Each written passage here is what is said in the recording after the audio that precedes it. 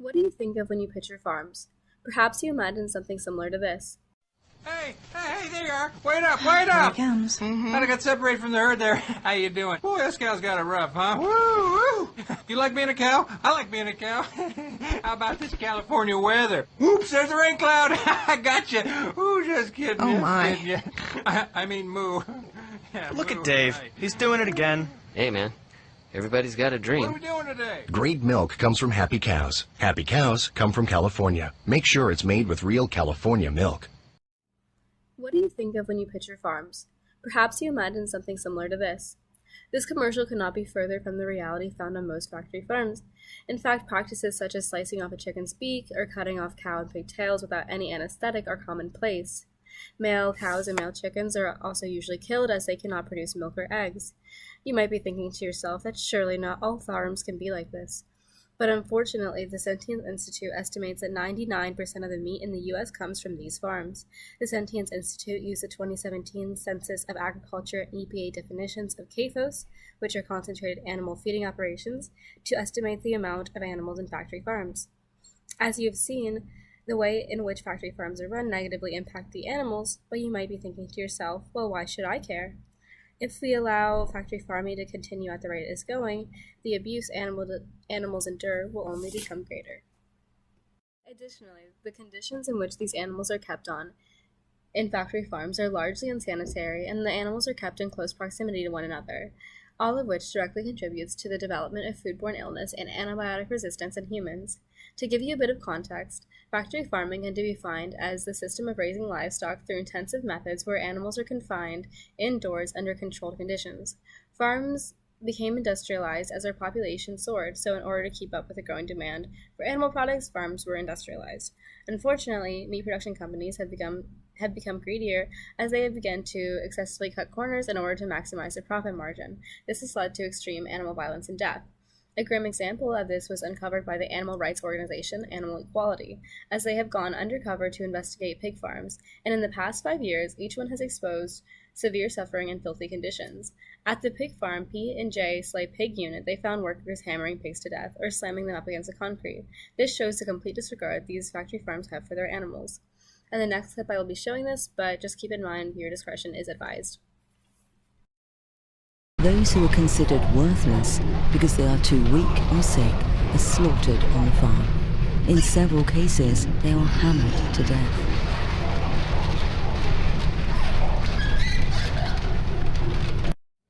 Aside from the abuse that was uncovered, other footage of the farm showed the filthy conditions at P&J Slay Pig Unit, as the floor of the facility was flooded with feces and water, and as you will see in the following photos, this is a common occurrence in factory farms, as many of them have poor waste management systems. These unsanitary living conditions directly impact human health, because when humans consume meat that is contaminated with feces, it is not unusual for that person to develop a foodborne illness, and according to the World Global Health and Medicine Issues textbook, it is specified that foodborne illness-causing bacteria can provoke a host of maladies from severe diarrhea to long-term, more debilitating illnesses such as meningitis and cancer, and can be found in numerous sources including raw animal meats, fruits, and vegetables contaminated with feces. In addition to the unsanitary conditions animals are kept in at CAFOs, they also keep animals in incredibly close proximity to one another to maximize space in the facility. This in turn causes diseases to spread rapidly amongst the animals, so in an attempt to keep animals from getting sick, they are frequently fed antibiotics. In the research article, The Antibiotic Resistant Crisis, that was published in the National Library of Medicine, it is asserted that epidemiological studies have demonstrated a direct link between antibiotic consumption and the emergence and dissemination of resistant bacteria strains. From here, it is only logical to make the connection that the overuse of antibiotics in factory farming has greatly contributed to antibiotic-resistant pathogens developing in humans. This is detrimental as antimicrobial resistance kills at least 1.27 million people worldwide and was associated with 5 million deaths in 2019 alone. You might be wondering how the situation has gotten so dire.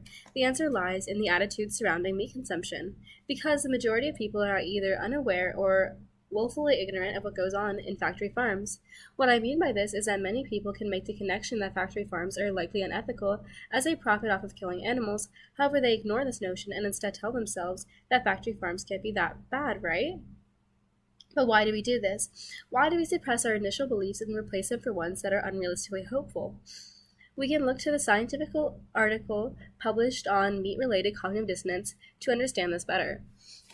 Dr. Rothgerber, a professor in philosophy at Bellarmine University, explains in this article that the previous phenomena I described can be best defined as meat-related cognitive dissonance, which explains how individuals attempt to prevent this form of dissonance from occurring through avoidance, willful ignorance, dissociation, etc., and how they reduce the dissonance that has occurred in the form of motivated cognition, such as denigrating animals, offering pro-meat justifications, or denying responsibility for eating meat.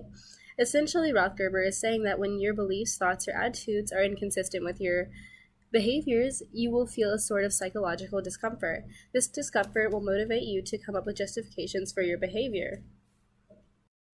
I bring this up because it is essential to recognize that the justifications we tell ourselves are not always accurate, and so I urge you all to reevaluate your beliefs, as cognitive dissonance can create dangerous falsehoods. Going back to my earlier points, it is critical that actions are taken now to address the current conditions that factory farms are operating in, because as factory farming continues, so will cases of foodborne illness. The World Health Organization estimates that at least 2 billion people per year contract a foodborne illness, and of those, 2.2 million people die from those illnesses. How many more lives have to be lost until this lesson is learned and acted upon? Speaking of unnecessary human life loss, a great loss happened during the COVID-19 pandemic. To be exact, 6.6 million people lost their lives. You might be thinking that there is no connection between the COVID-19 pandemic and factory farming, but there are in fact distinct similarities. The coronavirus originated from a live animal market or wet market in Wuhan, China, where someone ingested meat from this market. It is important to note that many wet markets in China do not have meat production and distribution regulations regularly upheld. This is similar to how CAFOs nationwide are not routinely inspected to see if sanitary regulations are upheld. It is not unrealistic to make the connection that another pandemic could originate from another unsanitary enclosure where animals are kept in close proximity to one another. The relationship between conditions in which we raise our animals and the viruses we develop can no longer be ignored. It is within our power to take steps such as advocating to respective legislators or consuming less animal products to demonstrate that we will no longer support companies that have no one's best interest in mind. If we continue at the rate that we are going, it will not be long before we have another medical emergency on our hands, be it an antibiotic-resistant crisis or another pandemic. We have to ask ourselves if we will be complacent in letting this continue.